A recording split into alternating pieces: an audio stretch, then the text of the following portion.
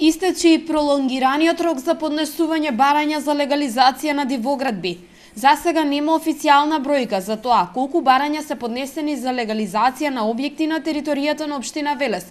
Резултатите ќе се сумираат од утре, со оглед на тоа дека денешниот ден е последниот законски предвиден рок за поднесување на барања за легализација. Состојбата се менува од ден во ден, значи ние ги чекуваме од последните информации колку вкупно имаат на продолжениот повик побарано луѓе да се ги легализираат објектите. Со пролонгираниот рок барања за легализација имаа можност да поднесат и компании што имаат инфраструктурни објекти.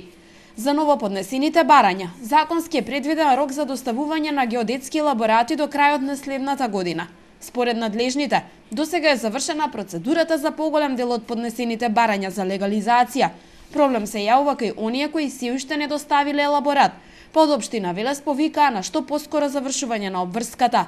Можам да кажам дека ние сме веќе на 65% на легализација на целокупната бројка од претходно поднесените барања за легализација.